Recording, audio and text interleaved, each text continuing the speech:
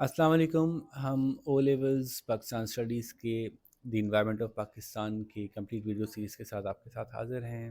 اسی سلسلے میں ہم اس کا جو فرسٹ یونٹ ہے اس کو کور کر رہے ہیں، جس میں ہم پاکستان کی جو ٹوپولوجی ہے، ٹوپوگرافک ڈسٹریبیوشن ہے، پہاڑ کہاں ہیں، دریا کہاں ہیں، ڈیزرٹ کہاں ہیں، تو natural topography of Pakistan discuss کر رہے ہیں. اس کا آج سیکنڈ لیکچر ہے. اس میں ہم تھوڑی سی ڈیپتھ میں اس لیے جا رہے ہیں کہ ایک دفعہ آپ کو ٹوپوگرافی کلیئر ہو گئی نا، تو آپ کے لیے باقی سارے چیپٹر بھی ایزی ہو جائیں گے. تو ہم نے پاکستان کی ٹوپوگرافی کو 6 یونٹس میں تقسیم کیا ہوا ہے. اس میں سے northern mountains and north western mountains ہم نے کور کر لیے، اور آج ہم ویسٹرن ماؤنٹینز، بلوچستان پلیٹیو اور پوٹوار پلیٹیو کوشش کریں گے کور کر لیں. لیٹس سی کہاں تک ہم کور کر پاتے ہیں، کوشش کرتے ہیں. تو شروع کرتے ہیں جی. ویسٹرن ماؤنٹین کا مطلب کیا ہوا؟ جیسے پاکستان کے ٹاپ کے اوپر نا، اوپر کی طرف جو پہاڑی سلسلہ ہے وہ آگے پورا انڈیا تک جا رہا ہے، بلکہ نیپال تک جا رہا ہے. تو وہ ایک دیوار سی بنی ہوئی ہے. ویسے ہی پاکستان کے ویسٹ میں بھی نا ایک پہاڑی سلسلہ ہے. یہ پورا پہاڑی سلسلہ ہے، لیکن یہ اتنا اونچا نہیں ہے کہ یہ کسی کو آنے سے باقاعدہ روک دے. جیسے ادھر تو ماؤنٹ ایوریسٹ اور K2 اور نانگا پربت ایسے اونچے اونچے پہاڑ ہیں، وہاں سے فوجیں نہیں آ سکتی کوئی بھی. لیکن یہاں بھی پہاڑی ہے، پہاڑی سلسلہ ہی. ایسا نہیں ہے کہ یہ پلین لینڈ ہے پہاڑی سلسلہ ہی. ہاں لیکن یہ کہہ سکتے ہیں کہ پہاڑی سلسلہ جو ہے وہ اتنا اونچا نہیں ہے جتنا اونچا وہ والا تھا. اور دوسرا یہ کہ اس میں پاسز بھی زیادہ ہیں نسبتاً. خیر، تو یہ پہاڑی سلسلے میں جو اونچی سے اونچی ہماری پہاڑی ہے وہ 4000 میٹرز کی ہے. وہاں اونچی سے اونچی 8000 کی تھی، یاد ہے. تو اس میں جو مشہور پہاڑیاں ہیں وہ سفید کوہ ہے، وزیرستان کی پہاڑیاں ہیں، سلیمان رینج ہے، کیرتھر رینج ہے. یہاں پہ کچھ گھومنے پھرنے کی جگہیں بھی ہیں. جیسے کیرتھر رینج جو یہاں پہ ہے نا، یہاں آپ جا سکتے ہیں. مطلب کراچی میں ہونے کی وجہ سے کہہ رہا ہوں، جو بچے کراچی میں نہیں ہیں میں ان کی بات نہیں کر رہا. کراچی والے بچے یہاں جا سکتے ہیں. کیرتھر رینج قریب ہے. یہ پہاڑی سلسلہ ہے جو آپ کو تھوڑا ہی دور مل جائے گا. آپ اپنے شہر سے نکلیں گے آپ کو پہاڑیوں کا سا علاقہ مل جائے گا. یہاں پہ ایک نیشنل پارک بھی ہے، جہاں پہ کچھ جانوروں کی پروٹیکشن کے لیے انہوں نے نیشنل پارک بنایا ہوا ہے. نیشنل پارک سمجھتے ہیں کیا ہوتا ہے؟ بہت بڑی ایک رینج ہوتی ہے کئی کلومیٹرز کی، جہاں پہ باؤنڈری لگائی ہوئی ہوتی ہے کہ یہاں پہ کوئی اور انٹر نہیں ہو سکتا. یہاں پہ کوئی ایسے انڈینجرڈ اسپیشیز رہتی ہے جس کو کہ شکار کرنا منع ہوتا ہے، اس کی پروٹیکشن کے لیے اس کو لگایا جاتا ہے. ٹھیک ہے. تو اس طرح سے یہ پورا دیکھیں، جہاں وہ ختم ہوا تھا، جہاں پہ وہ ختم ہوا تھا آپ کا ناردرن پارٹ کا پہاڑی سلسلہ، وہاں سے یہ شروع ہو گیا.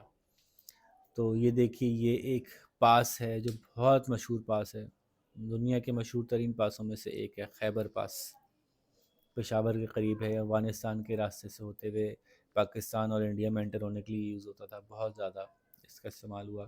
پہاڑوں کے بیچ میں سے گزرنے کا راستہ تھا. اب اس کو پکا کر کے روڈ بنا دی گئی ہے وہاں پہ. ٹھیک ہے. تو یہ پورا ہی بلوچستان کا ایریا، کچھ KP کے اور باقی پورا بلوچستان کا ایریا جو ہے وہ ویسٹرن ماؤنٹینز کہلائے گا. ٹھیک ہے، یہ بات سمجھ میں آ گئی. سو یہ KP ہے یہاں تک.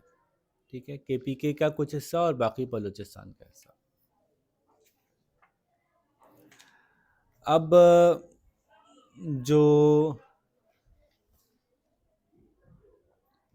حالات ہیں یہاں کے وہ کیسے ہیں؟ چونکہ یہ بہت اونچے پہاڑ نہیں ہیں تو یہاں کچھ مسئلے بھی ہیں. سب سے پہلا مسئلہ ان ویسٹرن ماؤنٹینز کا یہ ہے کہ یہ اتنے اونچے نہیں ہیں کہ وہ بادلوں کو روکیں. اس کا مطلب کیا ہوگا کہ یہاں بہت کنسسٹنٹ اور پرسسٹنٹ رین فال نہیں ہوتی. Problem number 1. ٹھیک ہے، آپ دیکھیں ہم جلدی اس میں آ گئے پرابلمس پہ. وہاں پہ ہم نے کتنی دیر لگائی تھی کہ کون سا علاقہ کیسا. اس کی وجہ یہ کہ یہ ٹورسٹ ڈیسٹینیشنز بھی نہیں ہیں.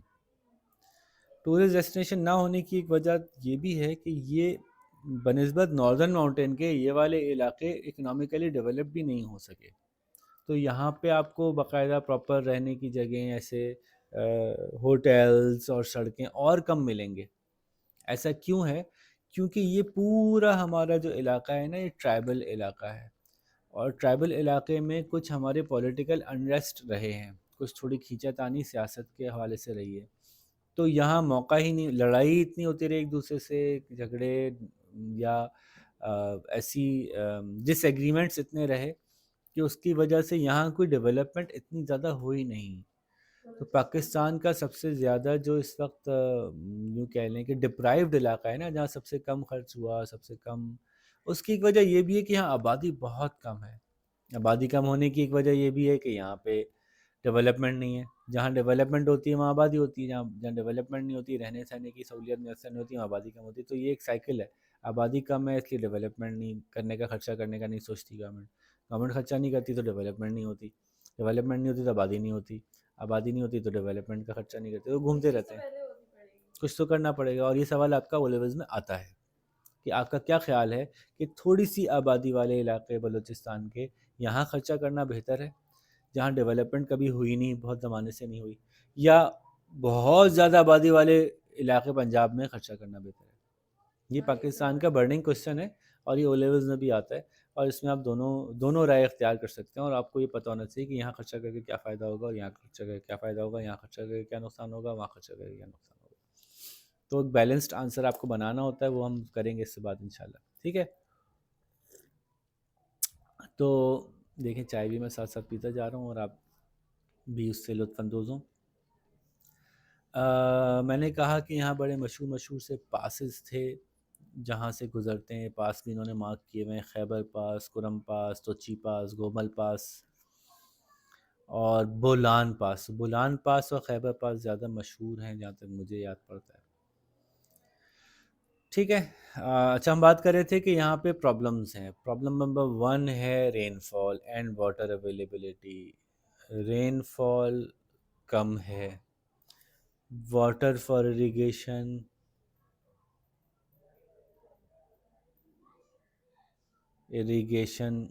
کم ہے، ٹرائبل سسٹم ہے. اچھا، ٹرائبل سسٹم ہونا کوئی اپنے تئیں کوئی بری بات نہیں ہے، لیکن اس ٹرائبل سسٹم کی گورنمنٹ کے ساتھ کچھ نا ہمیشہ سے کھینچا تانی رہی ہے، جس کی وجہ سے انریسٹ رہا ہے. ایک ہے بھائی آپ ٹرائبلز ہیں، آپ کے ساتھ ہماری بڑی دوستی ہے، ٹھیک ہے، آپ بھی اپنے حساب سے خوش رہیں، ہم بھی خوش رہیں، ہم بھی آپ کو خرچہ ورچہ آپ کے اوپر کرتے رہیں. لیکن جب انریسٹ، کھینچا تانی، لڑائی جھگڑا، آزادی، ریبیلین، اس طرح کی سچویشن ہوتی ہے تو پھر حکومت اس پہ خرچہ کرنا چاہتی بھی ہے، تو لڑائی جھگڑے میں حکومت کوئی چیز بنواتی ہے وہ اڑا دیتے ہیں. تو ٹرائبل سسٹم ایسا ہے جہاں پولیٹیکل انریسٹ ہے. اچھا، کچھ ہمارے قریبی دوسرے ملکوں کو بھی بڑا اس میں فائدہ ہے کہ اس پولیٹیکل انٹرسٹ کو جو ہے وہ بڑھایا جائے. تو اب یہ تو میں نے مسئلے بتائے. رین فال کم ہے، واٹر کم ہے اریگیشن کے لیے، ایون پینے کے لیے بھی کم ہے پانی، اریگیشن تو دور کی بات ہے. ٹرائبل پولیٹیکل انریسٹ ہے. تو پھر ان کی اکانومی میں ہے کیا، یہاں پہ ملک چلتا کہ، یعنی ان کا علاقہ کس طرح سے پیسے کماتا ہے، لوگ کیوں رہتے ہیں پھر یہاں پہ. تو سب سے بڑا جو سورس ہے نا وہاں پہ وہ منرل ہے. منرل ریسورس بہت زیادہ ہے یہاں پہ. دنیا کی دوسری یا تیسری بڑی کاپر کی اور گولڈ کی مائن یہاں پہ ہے جناب. پاکستان میں جب سب سے پہلے گیس دریافت ہوئی تھی، جو بڑا ذخیرہ دریافت ہوا تھا، وہ بھی بلوچستان میں دریافت ہوا تھا، اسی ماؤنٹین رینج میں. تو یہ پہاڑی علاقہ ایسا ہے جو کہ بھرا ہوا ہے ذخیروں سے. اچھا، آس پاس کے جو ملک ہیں دوسرے جو ہمارے فرینڈلی نہیں ہیں کچھ، یہ بھی ہماری بدقسمتی ہے کہ ہم اپنے پڑوسیوں کے ساتھ کچھ فرینڈلی ریلیشن شپ نہیں بنا پا رہے. بنانا چاہیے. ہمیں پوری دنیا کے ساتھ فرینڈلی رہنا چاہیے تاکہ ہم اپنے مسائل پہ توجہ دیں. خیر، وہ دوسرے مسئلے شروع ہو جائیں گے اس میں. تو وہ بھی ایسے علاقوں کو کے لوگوں کو زیادہ اکساتے ہیں جہاں پہ ایجوکیشن کم ہو. آسان ہوتا ہے نا جذباتی کرنا، ایجوکیٹڈ نہیں ہے اس کو جذباتی کرو کہ تمہارے ساتھ یوں ظلم ہو رہا ہے، یوں ہو رہا ہے. پھر ڈیولپمنٹ بھی وہاں کم ہوئی ہے، ایسے لوگوں کو بھی اکسانا آسان ہوتا ہے. کچھ ہماری غلطی بھی ہے کہ بھائی ڈیولپمنٹ کرو تاکہ لوگوں کو فیل ہو کہ ہم آپ کی کیئر کرتے ہیں. ٹھیک ہے نا. تو وہ ایسا نہیں ہوتا کہ وہ مہمان آتے ہیں تو اپنا بچہ نظر انداز ہو جاتا ہے. تو ایسے ہی کچھ ہوتا ہے ہمارے اس والی سچویشن میں. تو بلوچستان کے بہت سے ٹرائبس کو جو ہے وہ آس پاس کے ملک یہ کہتے ہیں آپ آزادی کے لیے لڑو جی، آپ حکومت سے لڑو، آپ حکومت کی لگائی ہوئی اچھی اچھی کام کی چیزوں کو اڑا دو. اس چکر میں جو ہے وہ بہت سے ریسورسز ہیں جو ہم نکال نہیں پا رہے ہیں وہاں سے. اچھا اگر حکومت یہ پالیسی لگتی نا کہ نکالے اور دھڑا دھڑ انہی کو پیسے خرچ کرے, اس کے پیسے سینٹر میں نہ لے کے آئے, انہی پہ خرچ کر دے, تو وہ شاید زیادہ خوش ہو جاتے. وہ زیادہ جلدی فیل کرتے ہیں نہیں یار حکومت ہمارے ساتھ بڑا اچھا کر رہی ہے. ان کے ریسورسز نکال کے پیسے سب میں ڈسٹریبیوٹ کرنے میں شاید ان کو پرابلم ہوتا ہوگا.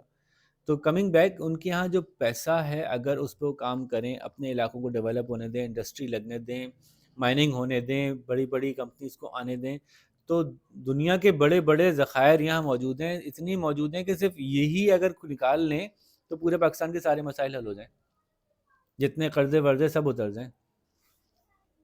ابھی ریکوڈیک کے نام سے ایک مائن وہاں پہ دریافت ہوئی ہے, اس پہ اتنے 10-15 سال تو لگ گئے خالی لڑائی جھگڑے میں, کہ ایک مائن ملی ہے دنیا کی سب سے بڑی مائنز میں سے ایک ہے, اس وہاں کاپر اور گولڈ ہے, لیکن وہاں سے کاپر اور گولڈ نکالنا ہمیں نہیں آتا.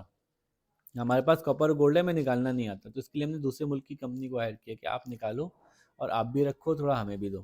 تو کتنا لاس ہے ہمارا. اگر اس ایریا میں پچھلے 50 سال سے مائننگ ہو رہی ہوتی تو آپ کو پتہ ہے جہاں پہ جو چیز ہو رہی ہوتی ہے وہ آہستہ آہستہ وہاں کے لوگ وہاں کے ایکسپرٹ بھی ہو جاتے ہیں, اور پھر وہاں یونیورسٹی میں بھی وہی پڑھایا جانے لگتا ہے. جیسے کہ پنجاب میں ایگریکلچر بہت زیادہ ہے, تو دیکھیں نیچرلی خود بخود فیصل آباد میں ایگریکلچر یونیورسٹی بن گئی. اب یونیورسٹی بن گئی, پچھلے کئی سالوں سے وہاں ریسرچ ہو رہی ہے کہ اچھے سے اچھے بیج کیسے نکلیں گے, اچھے سے اچھا پودا کیسے بنائیں گے, اور بڑا ویلیوبل کام کر رہی ہے وہ. تو اگر یہاں کے لوگوں کو ڈیولپ ہونے دیا جاتا, یہاں پہ لوگوں کو کافی عرصے سے مختلف مائنز پہ کام ہو رہا ہوتا, چھوٹی چھوٹی فیکٹریز لگ چکی ہوتی, تو وہاں پہ ہو سکتا ہے کہ یونیورسٹی جو ہے وہ مائننگ پہ ریسرچ کر رہی ہوتی کہ کیوں باہر کی کمپنی کو آدھا سونا دے دیں اپنا, کیوں نہ سارا کا سارا ہم ہی رکھیں. تو اس کے ٹیکنیکس کیا ہوتی ہیں, سونا کیسے نکالا جائے گا, کاپر کیسے نکالا جائے گا, اس کی بڑی مائننگ انڈسٹری کیسے لگے گی. تو یہ ایک بہت بڑا سوالیہ نشان ہے ہم سب کے لیے کہ ہم کیوں نہیں ابھی تک اپنے ملک کے اتنے بڑے ریسورس کو ٹیپ کر سکے. خیر یہ ریسورس بہت بڑا ہے لیکن ٹیپ نہیں ہو رہا ہیں, بہت منرل نکل نہیں پا رہے, کیونکہ کیا مسئلہ ہے, پولیٹیکل انریسٹ ہے وہاں پہ. تو لیکن بہرحال ابھی کچھ ایسا بھی نہیں ہے کہ زیرو نکل رہے ہیں, نکل تو رہے ہیں. اچھا آپ کو پتہ ہے جیسے سوئی کے مقام پہ گیس ملی تھی, اب اس کو چاروں طرف سے اس مقام کو فوج نے گھیر لیا. فوجی وہاں موجود ہوں گے تو گیس نکل سکے گی, فوجی نہیں ہوں گے تو حملے ہو جائیں گے, وہاں پہ تباہیاں ہو جائیں گی. تو مطلب اس طرح کا سچویشن ہے, جہاں بھی کچھ نکلتا ہے پورا پورا فوج کو جا کے کنٹرول کرنا پڑتا ہے. تو ہمارے ہی بھائی لوگ ہیں, ہمارے ہی دوست ہیں, کبھی کبھی کوئی بہکا دیتا ہے ان کو, تو ان کو سمجھا لینا چاہیے پیار محبت کے ساتھ, دوستی کر کے تھوڑا ایکسٹرا دے دیں ان کو, کوئی بات نہیں. وہ کہہ رہے ہیں مجھے جو چاہیے وہ ان کا رائٹ نہیں ہے, لیٹ سپوز رائٹ سے زیادہ مانگ رہے ہو سکتا ہے, تو دے دیں, کوئی بات نہیں. ہمارے ہی بھائی ہیں, ہمارے ملک کے ساتھی ہیں سارے. تو اس طرح سے ہمیں اس میں کرنا پڑے گا, کیونکہ یہاں پہ میجر اکنامک ہب ہو سکتا ہے. دوسرا جو یہاں پہ ریسورس ہے وہ یہاں پہ پورٹس بن سکتی ہیں بہت ساری, ایک بنانے کی کوشش بھی کی ہے. ٹھیک ہے نا. اب یہ بات یہ دیکھیے, یہ رہا سندھ, ٹھیک ہے.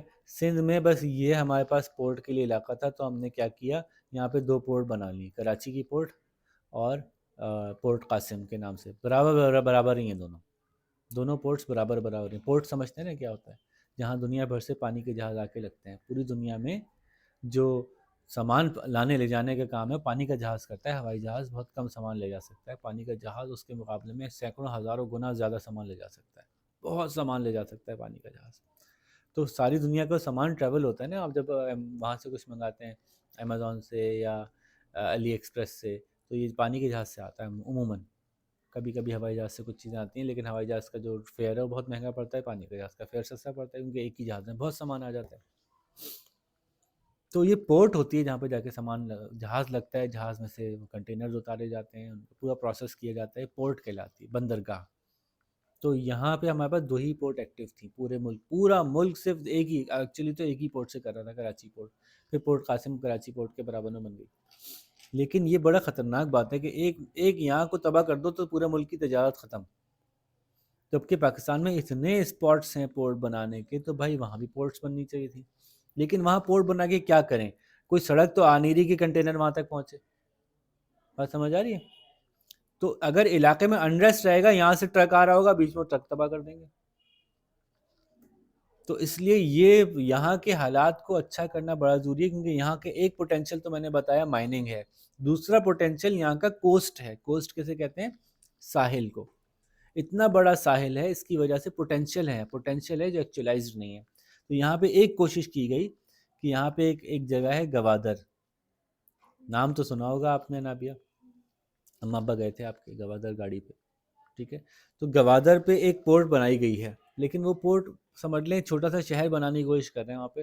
اگین لا اینڈ آرڈر کی سچویشن اتنی اچھی نہیں ہے، یہاں سے جاتے ہوئے لوگ ڈرتے ہیں، پتہ نہیں یار راستے میں کوئی پکڑ کے ماری نہ دے، کوئی چیزیں نہ لوٹ لے. بہت مشکل راستہ، مطلب خطرناک لگتا ہے، کیونکہ اگین یہاں پہ انریسٹ ہے، ٹرائبز ہیں وہ لڑائی کر رہے ہیں، حکومت سے خوش نہیں ہیں. تو اب جو سی پیک نے آنا تھا، سی پیک کی کل بات کر رہا تھا میں، چائنا اکنامک جو کوریڈور ہے وہ بھی ادھر ہی نکلنی ہے.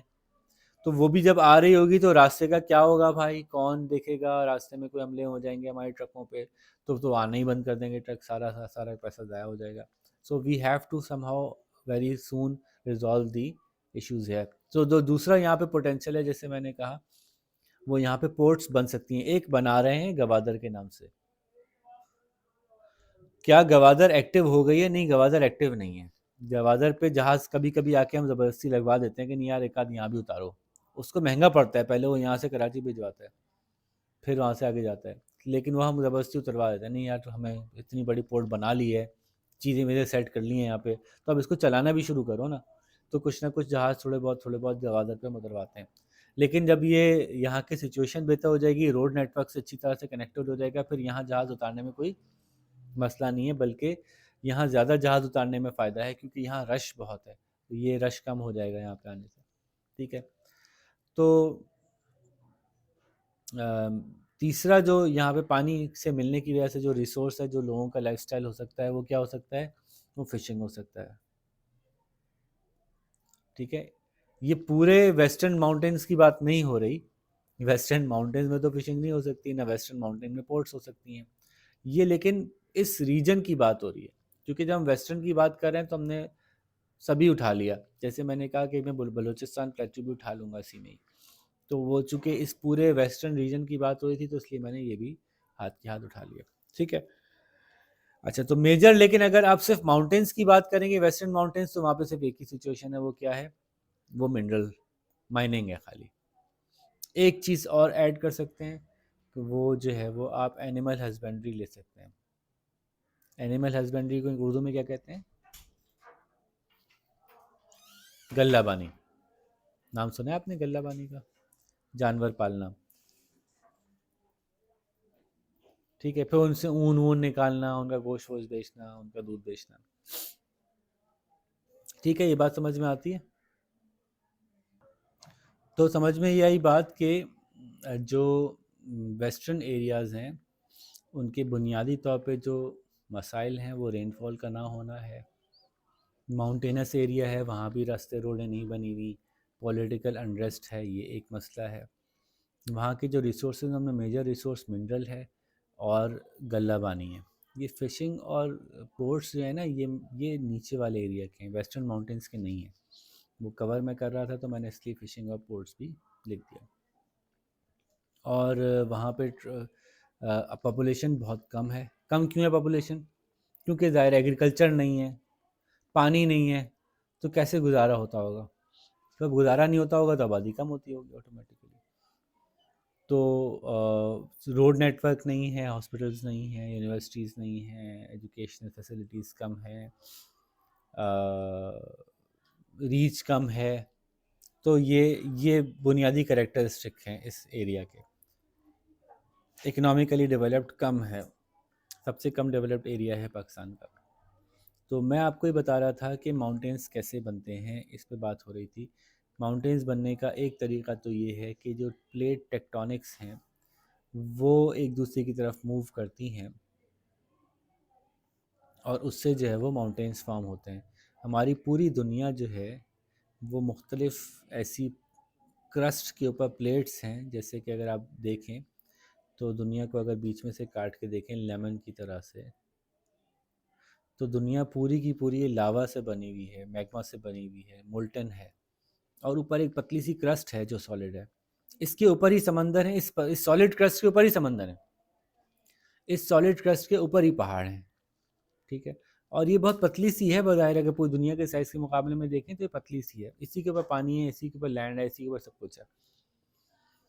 اور یہ موو کرتے رہتے ہیں. آپ کو پتا ہے کہ پہلے پوری دنیا ایک ہی تھی, یعنی امریکہ, افریقہ, ایشیا, آسٹریلیا سب ایک ہی لینڈ میں تھے, یہ سب قریب تھے, ملے ہوئے تھے. پھر پلیٹ ٹیکٹونکس موو کرتی گئیں اور یہ ایک دوسرے سے کٹ گئیں یہ چیزیں. اگر آپ غور سے دیکھیں گے تو ان کے جو کٹے پٹے انداز ہیں نا, اس سے اندازہ ہوتا ہے کہ یہ آپس میں جا کے جڑ جائیں گے, یہ ایک جیسے کٹے پٹے میں. تو پلیٹ ٹیکٹونکس جب ایک دوسرے کی طرف موو کرتی ہیں تو یہ بہت ہیوج ہوتی ہیں. اسی سے زلزلے بھی آتے ہیں. جو زلزلہ آتا ہے نا, وہ ایک پلیٹ دوسری پلیٹ سے رگڑ رہی ہوتی ہے, تو اس سے پورا زلزلہ آ جاتا ہے. اور جب یہ ایک دوسرے کی طرف موو کرتی ہیں تو ظاہر ہے یہاں سے جو بیچ میں سے پتھر وتھر ہیں اوپر اٹھتے ہیں, اوپر اٹھتے ہیں تو تھوڑی پہاڑی سی بنتی ہے. پھر بیچ میں سے جو ہے وہ اگر نیچے سے جگہ بنتی ہے تو یہ میگما جو ہے وہ یہاں سے فلش کر کے باہر نکلتا ہے. پھر یہ میگما کی ایک لیئر بن جاتی ہے, پھر یہاں سے میگما نکلتا ہے, پھر لیئر بن جاتی ہے. ایک راستہ مل گیا نا اس کو ایک دفعہ, تو یہیں سے نکلتا رہے گا, لیئر بنتی رہے گی ایک کے اوپر ایک, اور پہاڑ اونچا ہوتا جائے گا. تو پہاڑ بننے کی ایک وجہ یہ ایکٹیویٹی ہے, پلیٹ ٹیکٹونکس کی ایکٹیویٹی ہے. لیکن ہمارے جو پہاڑ بنے انٹرسٹنگلی وہ میگما والے پہاڑ نہیں ہیں. تو پھر کیسے بن گئے؟ تو بڑا ہی مزیدار تھیوری ہے, اس کو سمجھیں ذرا. یہ تھیوری آئے گی یہاں پہ.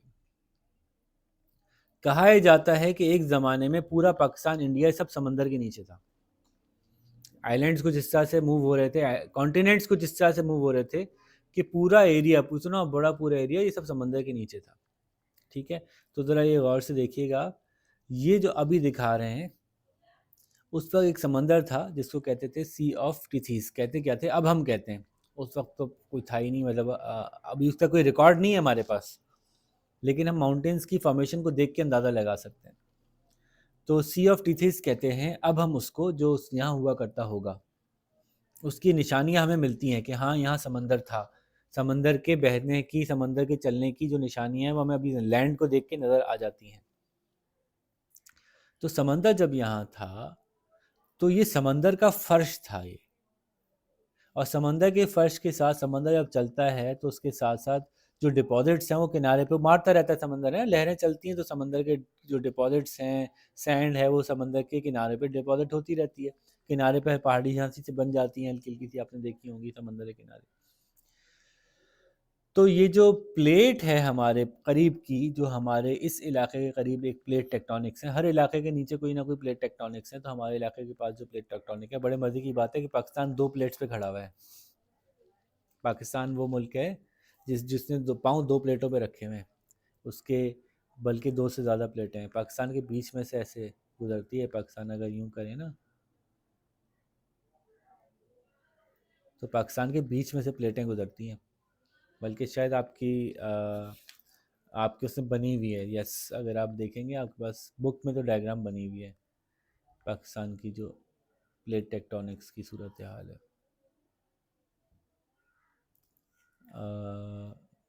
میرے پاس یہاں میں نے کاپی نہیں کی تھی, آپ کے پاس بک میں بنی ہوئی ہوگی. اچھا, تو واپس آتے ہیں. میں عرض کر رہا تھا کہ جو یہ پلیٹ ٹیکٹونکس ہیں یہ موو کر رہی ہیں, اور جب یہ آگے بڑھ رہی ہیں تو ہم کہیں گے کہ اس موومنٹ کی وجہ سے جو پورا جو لینڈسکیپ ہے وہ چینج ہو رہا ہے. یہ بیڈ اوپر اٹھ رہا ہے. دیکھیے انہوں نے تینوں سٹیج دکھائے. یہ سمندر ہے, یہ پلیٹ اس طرف آ رہی ہے, اور جب یہ اس طرف آ رہی ہے تو یہاں کے ماس کو یہ اوپر اٹھا رہی ہے. ٹھیک ہے, یہ پلیٹ تھوڑی سی اور ادھر آئی, یہاں سے ماس تھوڑا اور اوپر اٹھا. بظاہر یہ چھوٹا سا لگ رہا ہے آپ کو, لیکن یہ کلومیٹرز کے اندر یہ ڈسٹینس ہے. ٹھیک ہے, یہ پلیٹ تھوڑی سی اور اوپر آئی, یہاں سے ماس اور اوپر اٹھ گیا, یہ اس کے اوپر چڑھتا چلا گیا جو پہلے سے موجود لینڈ تھی, اور یوں پہاڑ بن گئے. یہ وہ والے پہاڑ نہیں ہیں جو لاوا کی وجہ سے آتش فشاں پھٹ کے بنتے ہیں, بلکہ وہ والے پہاڑ ہیں کہ ایک پلیٹ موو کی, دوسری پلیٹ کے اوپر چڑھتی چلی گئی, اور یہ جب چڑھی تو اس کی وجہ سے یہ پہاڑ اوپر چڑھ گئے. ٹھیک ہے, بات سمجھ آ رہی ہے؟ جیسے ایک گاڑی کھڑی تھی, دوسری گاڑی چلتی گئی, اس کے اوپر چڑھ گئی, تو ایک اوپر پہاڑی سی بن گئی چھوٹی سی گاڑی کی. لیکن یہ چھوٹا سا نہیں ہے نا, ایک پلیٹ کا سائز جو ہے وہ دنیا کا ایک بہت بڑا حصہ ہے. وہ پوری پلیٹ, اس کے اوپر کئی ملک کھڑے ہوئے ہیں اس پلیٹ کے اوپر. تو جب وہ موو کیے تو اتنے اونچے اونچے پہاڑ بن گئے کہ دنیا کی سب سے اونچا پہاڑی سلسلہ بن گیا. ٹھیک ہے, تو یہ پلیٹ ٹیکٹونکس کی موومنٹ کی وجہ سے ہمالیہ آج تک یہ موو کر رہی ہے، پلیٹ ٹیکٹونک ابھی بھی موو کر رہی ہے. ہمالیہ ماؤنٹ ایوریسٹ ہر سال 3 سینٹی میٹر اور بڑی ہوتی جا رہی ہے، کیونکہ وہ موو کرتی جا رہی ہے، وہ آگے اور چڑھتی جا رہی ہے، چڑھتی جا رہی ہے، چڑھتی جا رہی ہے. بات سمجھ آئی ہے نابیہ باجی؟ تو ہمارے جو ماؤنٹینز ہیں یہ تھوڑا ڈفرینٹ ہیں باقی دنیا کے ماؤنٹینز سے. یہ نان والکینک ہیں اور اس کے باوجود اتنے اونچے بھی ہیں، اور ان کی جو ڈیولپمنٹ ہے وہ اس طرح سے ہوئی. پاکستان کی جو سچویشن ہے، جس میں پاکستان کے بالکل بیچ میں سے پلیٹس گزر رہی ہیں، آپ دیکھیے یہاں پہ یہ آدھی پلیٹ ادھر والی ہے، آدھی ادھر والی ہے، ہم مختلف پلیٹس پہ کھڑے ہوئے ہیں. تو یہ پلیٹس آپس میں رگڑتی ہیں. جب یہ پلیٹ آپس میں رگڑتی ہیں تو اس لائن کو، جہاں پہ دو پلیٹس آپس میں مل رہی ہوتی ہیں، اس کو فالٹ لائن کہتے ہیں. اور یہاں پہ رگڑائی کی وجہ سے، پلیٹوں کے رگڑنے کی وجہ سے زلزلہ آنے کا چانس ہوتا ہے بہت زیادہ. اسی طرح کا ایک زلزلہ آیا تھا 2005 میں، جس میں کہ بہت لوگ مرے تھے.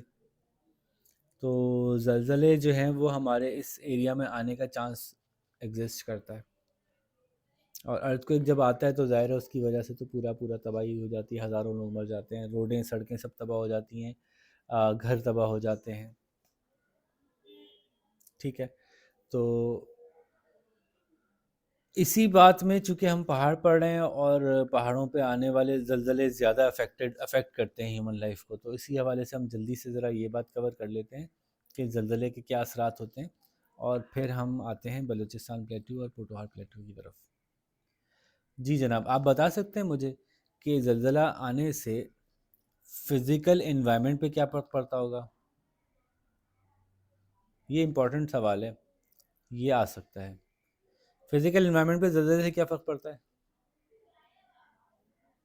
اب آپ بولیں فزیکل انوائرمنٹ کا کیا مطلب ہے؟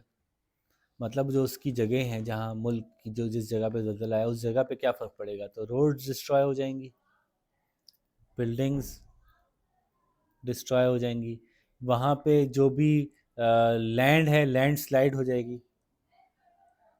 لینڈ سلائڈ ہونے کی وجہ سے وہاں کا جو فزیکل اپیئرنس ہے وہ چینج ہو جائے گی،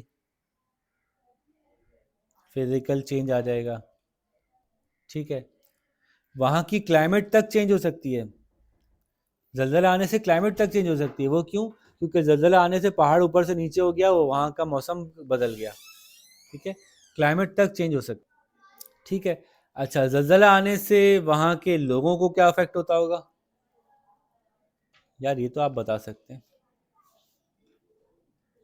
جی انابیہ، زلزلہ آنے سے لوگوں پہ کیا افیکٹ پڑتا ہے؟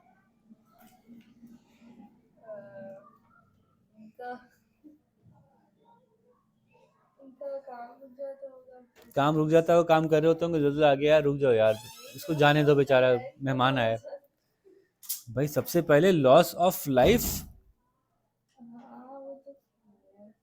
ہزاروں لوگ مر جاتے ہیں، یہ کیا کم نقصان ہے؟ اس کے بعد لاس آف ہاؤسز، ٹھیک ہے، لاس آف جابس، یہ سب انسانوں کا مسئلہ ہوتا ہے. ان کے جانور وانور مر جاتے ہیں، loss of other properties including animals, ان کی جو ہیں وہ ساری چیزیں جو ہیں وہ ان سے ریلیٹڈ اکنامک ختم ہو جاتی ہیں. پھر اس کی وجہ سے مائگریشن ہوتی ہے. اب ایک جگہ بہت بڑا زلزلہ آ گیا، سارے گھر تباہ ہو گئے، جیسے ابھی ہم نے دیکھا تھا ہمارے ملک میں آیا تھا زلزلہ، سارے پورا شہر ہی تباہ ہو گیا، پورا شہر تباہ ہو گیا. تو اب وہاں کے لوگ کہاں جائیں گے؟ پھر موو کریں گے کہیں اور، مائگریشن ہو جائے گی. ٹھیک ہے، اس کی وجہ سے بیماریاں پھیلیں گی. بیماریاں کیوں پھیلیں گی بھائی؟ ابھی آپ سب گھر میں رہتے ہیں، اچانک سے زلزلہ آیا، خدا نہ خواستہ سب باہر نکل رہے ہیں، کچھ مرے پڑے ہوں، پانی کی کوئی جگہ نہ ہو، تو اس طرح سے ہیومن کنڈیشنز خراب ہوں گی تو بیماریاں پھیلیں گی. اس کے علاوہ مینٹل پرابلمس شروع ہو جاتے ہیں، دماغی طور پہ بہت سے مسائل شروع ہو جاتے ہیں لوگوں کو، انسانوں کو، گریف میں، پرابلم میں، پریشر میں آ کے ان کو دماغی طور پہ پرابلمس ہوتے ہیں. پوری اکانومی پہ اثر پڑتا ہے زلزلے کا. جی اکانومی میں پڑتا ہے. یہ علاقہ کچھ نہ کچھ پروڈیوس کرتا تھا، پروڈکشن کم ہو جائے گی اس علاقے کی.